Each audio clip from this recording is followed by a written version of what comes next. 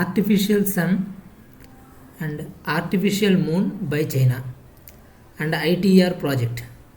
And if you see, artificial moon and artificial sun are the projects taken up by China, and ITR project is taken up by 35 nations across the world, and India is one of the key member in this ITER project. What is meant by this artificial sun and artificial moon? Let's see what is meant by artificial sun and artificial moon. What every country wants to achieve by doing these projects. First of all, we have to know about sun. Sun core has very high temperature. 10 million degrees Celsius temperature is the temperature that we can observe in the core of the sun, and there is a high gravitational pressure in a core of the sun. Because of this, the fusion process happens in a sun, which results in release of large amount of heat energy plus light energy. And in fusion reactions, what happens is hydrogen isotopes will combine, especially deuterium and tritium like isotopes, and forms helium gas. This plasma state, that is nothing but the fourth state of matter, comes into picture in the fusion process that happens in the sun's core. And what China wants to achieve by artificial sun is nothing but creating a suns. Artificial sun implies creating a fusion which is possible only in sun, that is a star. Wants to achieve that fusion reactions to get a free pollution free energy in future. That is what China wants to achieve. And not only China, even South Korea, and by ITER project, many nations wants to achieve this same thing through fusion reaction. In our nuclear reactors, we have nuclear reactors in India, as well as many nuclear reactors across the world. But the reaction is nuclear reaction is fission reaction. But this fusion reaction gives pollution free energy. That means the radiation effects will not be present in the fusion reactions. Radiation, that waste material that comes out of the fission process is carcinogenic in nature. And not only that, when that radioactive material dumps into oceans, it also may cause tsunamis. So so many problems because of that radioactive material.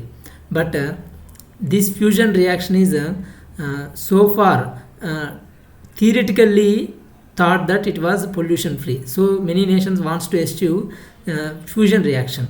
But here 10 million degrees Celsius, is this possible on the earth to achieve this 10 million degrees Celsius? But you have to see that this 10 million degrees Celsius is the fusion reaction is happening in the sun at this temperature because there is high gravitational pressure. But on the earth, the gravitational pressure is very, very less, very much less, that we have to do the same process. This fusion reaction have to do this at 100 million degrees Celsius, because high gravitational pressure and 10 million degrees Celsius fusion reaction happens. 10 million degrees Celsius. But on the earth, because of less gravitational pressure, we require more amount of temperature, nearly 10 times more temperature, 100 million degrees Celsius. So can any material withstand this 100 million degrees Celsius on the earth? We can simply say that no material can exist to withstand this much of temperature, that too high, 100 million, that means 10 crores degrees Celsius. But scientists found a solution. This solution is formed from superheated gas, and it has plasma inside it. The solution was held in a donut shaped magnetic field. Here B stands for magnetic field. there is a donut shaped magnetic field, and in that magnetic field the solution was put into it, and this superheated gas achieves nearly 70 million degrees Celsius temperature, and this was already done by the China. That is nothing but this entire project is nothing but artificial sun. It is called by China as artificial sun. Okay, and the nuclear reactor, that fusion reactor, here not fission reactor but fusion reactor used by China is called tokamak. This tokamak in Russia, this is in fact a Russian word. Tokamak is a Russian acronym. In English it stands for toroidal chamber with magnetic coils. That means a chamber is present with so many magnetic coils. That toroidal chamber is nothing but tokamak. And the reactor name is EAST, stands for Experimental Advanced Superconducting Tokamak. This is a fusion reactor. EAST, this is very important, Experimental Advanced Superconducting Tokamak. And in this nuclear reactor, the temperature achieved is 5 times hotter than sun, and heating was held for more than 17 minutes at 70 million degrees Celsius. At 70 million degrees Celsius, they achieved nearly 20 minutes, I think, but it is more than 17 minutes they held it, and able to achieve large amount of energy. And the energy is clean energy, carbon free, so no radioactive waste virtually. So every nation wants to achieve this artificial sun project. And it was done in China, Hefei Institute of Physical Science. This is present in China only, this institute, Hefei Institute.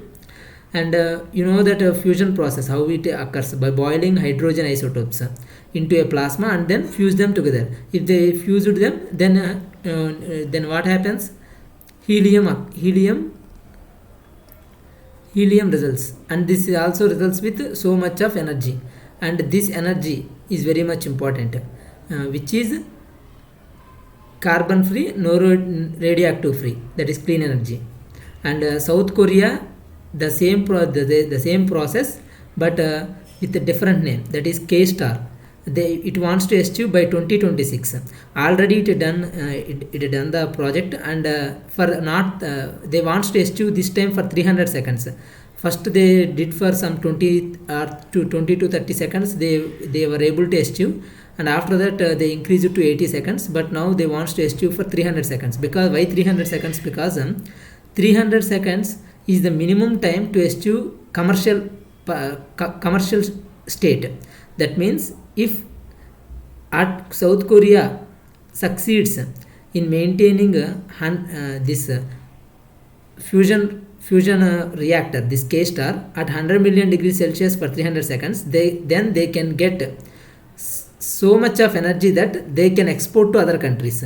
So it will be commercially viable. That's why they want to achieve for 300 seconds. So okay, we can move to the next slide.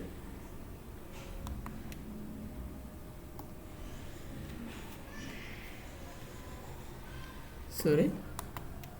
Okay, this is the ITER project what we are talking about, and India is a member in it.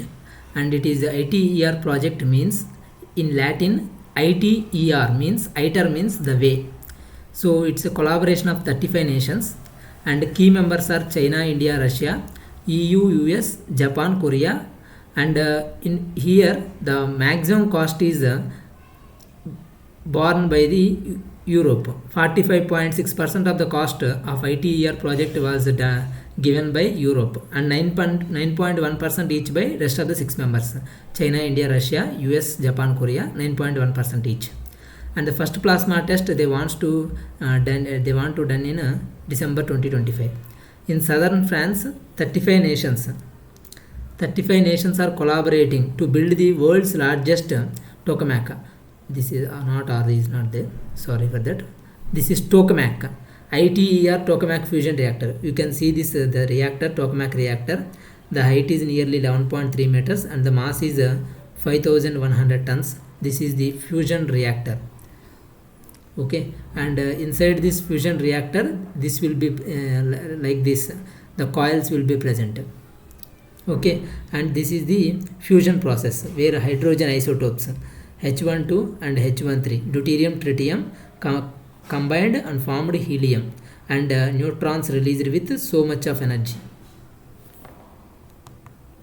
And now comes to artificial moon. Artificial sun was over, now artificial moon project. This also was done by China only. Artificial moon, what is meant by artificial moon? Creating artificial moon means artificial moon research facility. They are talking about research facility, and the research by this year 2022 they want to complete this one artificial moon research facility by using diamagnetic levitation. This levitation is a process, and in this process the gravity of the earth, the gravity of the moon is 1/6 of the earth. 1/6 of the earth is the gravity of the moon. So they want to decrease the gravity on a certain surface of the earth. They took some 40 to 50 hectares of land, and they called this artificial moon research facility. And in this land China wants to reduce to zero gravity to 1/6 of the earth. 1/6 of the earth's gravity to zero gravity. Even zero gravity they want to achieve, because generally any space research oriented countries have to depend on zero gravity planes to train astronauts and to test new rovers and technologies. Here if you see, this is a rover and lander. So rovers and landers will be present. To test them, huge amount of cost have to be borne by the countries, because having to rely on zero gravity planes. But China want to create a permanent research facility so that they can train astronauts and rovers and technologies at cheap cost. So they also created they mimicked the moon's surface by using rocks and dust. Like if you see the moon's surface, the dust, the rocks are all created. They mimicked the surface of the earth of some hectares of land.